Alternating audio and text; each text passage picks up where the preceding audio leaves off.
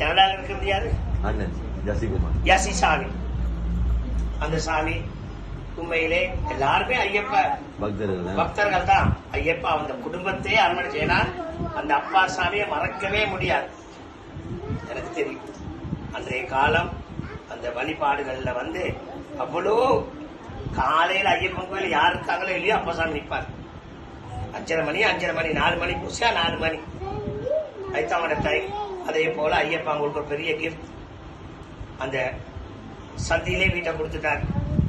அது போல அந்த அப்பா இன்றைய முடியம் இல்லாத போதில் அவர்கள் புதல்வர்கள் உலகெங்கிலும் ஐயன் நாமத்தை கொண்டு சென்று கொண்டிருக்கின்றார்கள். அந்த யசி சாமி எல்லாம் எனக்கு தெரியும் அவ்வளோ உயிர் கொடுத்து அந்த வெற்றி கொள்ள இன்றைக்கு அதை எத்தனை யார் யாரோ நான் தான் குருசாமி நீ தான் குருசாமின்னு பேரும் போல வாங்கி கொண்டிருக்காங்க. அந்த போரத்தீவு அந்த கோயிலுக்கு கூட்டு போனதே அப்பா சாமி தான். போரத்தீவு இலங்கையில பத்திரகாளி பெரிய கோபுரம் இலங்கையில் உள்ள பெரிய கோபுரம் அந்த கோவில் தான். எங்கட காந்தன் குருக்களை கேள்விப்படாத மக்களே இருக்க மாட்டான். அப்படி சுவாமி அந்த சுவாமி அப்படியே எனக்கு செய்த உதவிகள் நிறைய. அந்த நன்றி கடன் அந்த கோயிலுக்கு நீங்க போறதுக்கு போனாலும் அங்க இருக்க ஐயப்பன் சில நான் வாங்கி கொடுத்தேன்.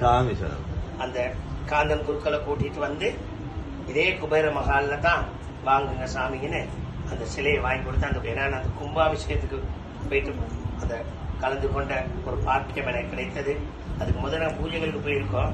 அது போல ஐயப்பன் வழிபாடு மட்டுநகர் மட்டுமல்ல திங்கமலை மட்டுநகர் அந்த அந்த ஏரியாவே இவங்க தான் ஆரம்பம். எனக்கு தெரியும் அவங்க மாமா ஒருத்தர் இருந்தாரு. அவங்க இருக்காங்களா இப்ப?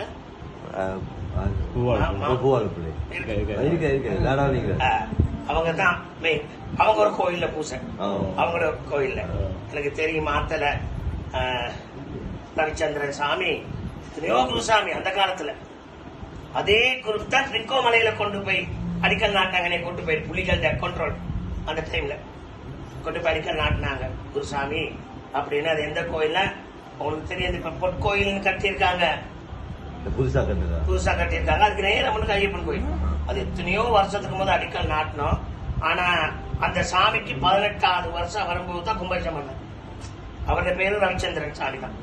அதே பெரிய கோயில் உள்ள குருக்களோட பேரு ரவிச்சந்திர குருக்கள் தான். அப்ப அதனால இந்த ஐயப்பன் வழிபாடு நிறைய சொல்லி போனேன். இது இலங்கைக்கு கொண்டு வந்தவர் எமது குருநாதர் அமரர் காணா ரவீந்திரகுமார். அவர்களும் ஒரு ஆசாரி. அன்றைய காலத்துல மாலை போட்ட குடும்பமே ஆசாரி குடும்பம்.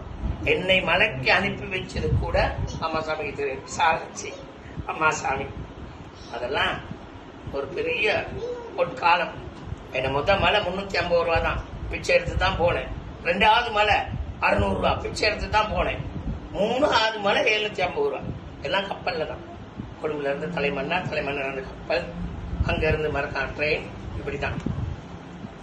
ஆனா இன்று ஐயப்ப நல்லபடியா வச்சிருக்கானா இந்த மனசு.